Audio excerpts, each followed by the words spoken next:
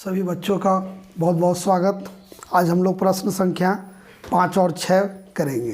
प्रश्न 5 कहता है रेखा L कोण A को समद्विभाजित करती है। ये कोई कोण A है और ये रेखा L है, ये रेखा L है। इसको क्या करता है, समद्विभाजित करता है, यानी ये कोण बराबर ये कोण दिया हुआ है और B रेखा L पर स्थित कोई बिंदु है। ये बिंदु B रेखा L पर कोई स्थित बिंदु है। BP और BQ कोण A की भुजाओं पर, तो ये भुजा है, उस पर BP और BQ जो है क्या कर रहा है, B से डाले गए लंब है। दर्शाना है कि APB सर्वांगसम है AQB और BP बराबर BQ दिखाना है। तो हम लोग को पहले त्रिभुज लेंगे, इस सर्वांगसम दिखाएंगे, उसके बाद उसको बराबर दिखाएंगे। तो पहले सर्वांगसम दिखाने के लिए क्या करेंगे, लिखेंगे त्रिभुज APB और त्रिभुज AQB में, ठीक है। APB देखिए, अब ये त्रिभुज APB, ये त्रिभुज और इस त्रिभुज में क्या क्या दिया हुआ है। तो पहला दिया हुआ है कि कोण जो है APB, नीचे वाला APB है, तो हम लोग लिखेंगे APB में PAB बराबर कोण QAB। क्यों, तो ये जो रेखा L है कोण को समद्विभाजित करती है, तो लिखेंगे रेखा L कोण A को समद्विभाजित करती है, ये लिखेंगे। उसके बाद आप देखिएगा कि कोण APB बराबर दिया है कोण AQB बराबर 90 डिग्री। ये दिया हुआ है, इसको लिख भी सकते हैं, या इसके देने से क्या फ़ायदा हुआ, तो कोण ये ABP बराबर कोण ABQ होगा। जब ये कोण इसके बराबर और ये कोण इसके बराबर है, तो ये कोण भी इसके बराबर होगा।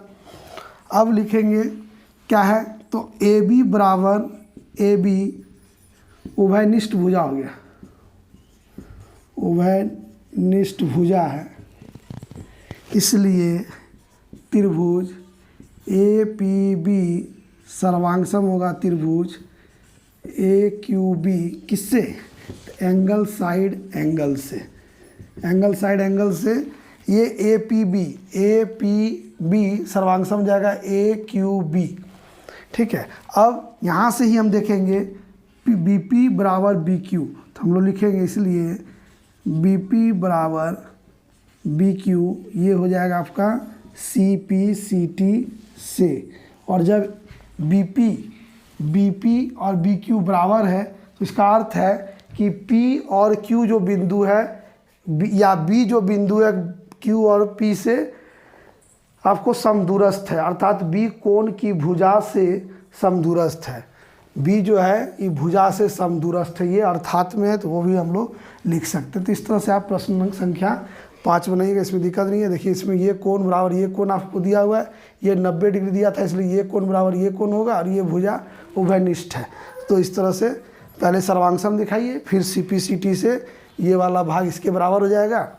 तो या हम लोग इस तरह से इसको अर्थात में भी लिखा हुआ है क्वेश्चन कि बिंदु B कोण के भुजा से समदूरस्थ है, तो वो समदूरस्थ दिखा देंगे। अगला प्रश्न,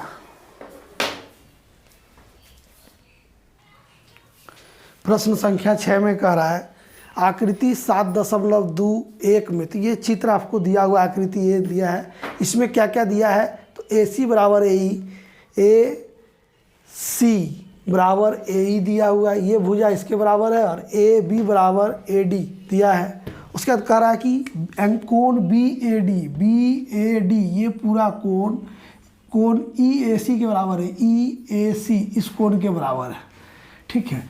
अब दिखाना है कि BC बराबर DE, BC बराबर DE, ये दिखलाना है हमको, BC बराबर DE, ठीक है, BC बराबर DE ये दिखलाना है।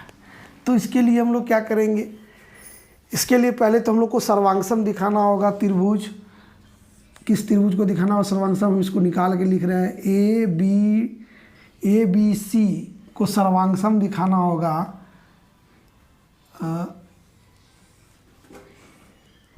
ADE से, ABC देखिए ये भुजा इसके बराबर दिया हुआ है AD के बराबर, उसके बाद AC जो दिया हुआ है AE के बराबर दिया हुआ है। तो ये चीज़ दो चीज़ दिया हुआ है। इसमें क्या दिया हुआ है, ये कोण इसमें देखिएगा कि इसमें दो कोण, ये वाला बीच वाला जो कोण है जिसमें हम डबल टिक कर रहे हैं, ये कोण दोनों में उभयनिष्ठ है।